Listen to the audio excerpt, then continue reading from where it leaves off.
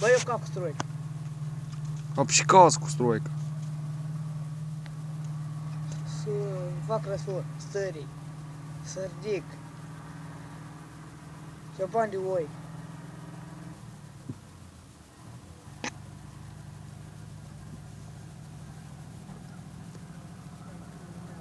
Dar pe la stână și poți faci, spune.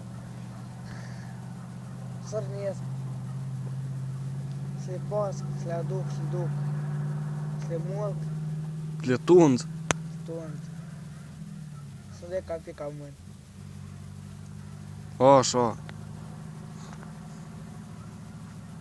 Care animale le știi tu așa? Căpri, oi, văși, cai.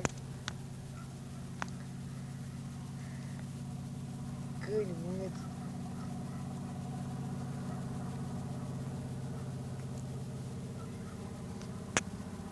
Dar dacă întreabă cineva cu asta, cu uncleta, boi, tot te duci?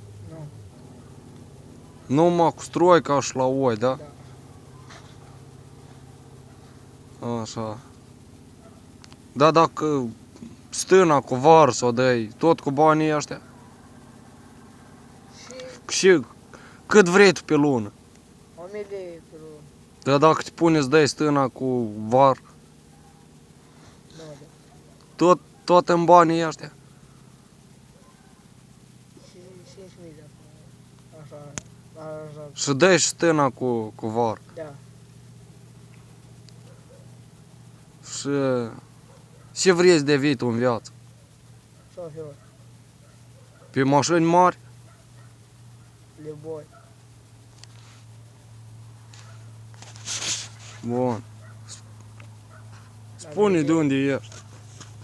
Dau hâinieră în Credeni. Caut de lucru. Caută loc. Care vrei să facă o pomană. Care să fac o pomană. Sonați-mă. Să